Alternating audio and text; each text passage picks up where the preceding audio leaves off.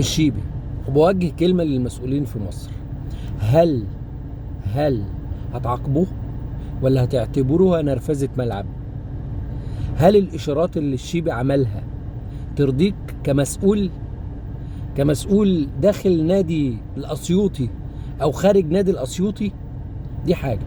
تاني حاجة هوجهها لمروان حمدي.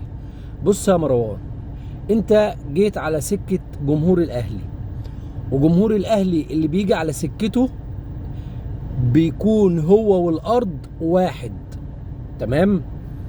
واسأل الإدارة بتاعتك. أظن الإدارة بتاعتك جمهور الأهلي وإدارة الأهلي اديتها درس لا ينسى، لا ينسى.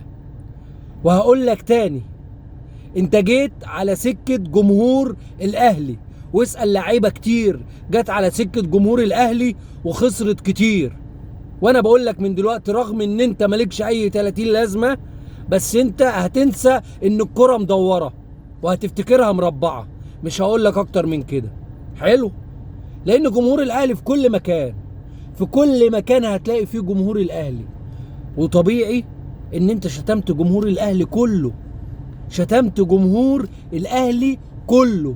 فهل من مسؤول لديه اذنين سمع اللي قاله مروان حمدي؟ ولا ايه؟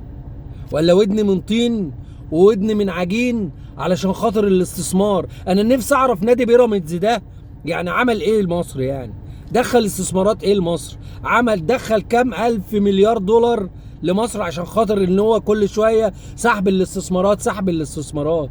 يا راجل ده نادي انبي بيفيدنا اكتر منك، مع الاحترام لنادي انبي يعني.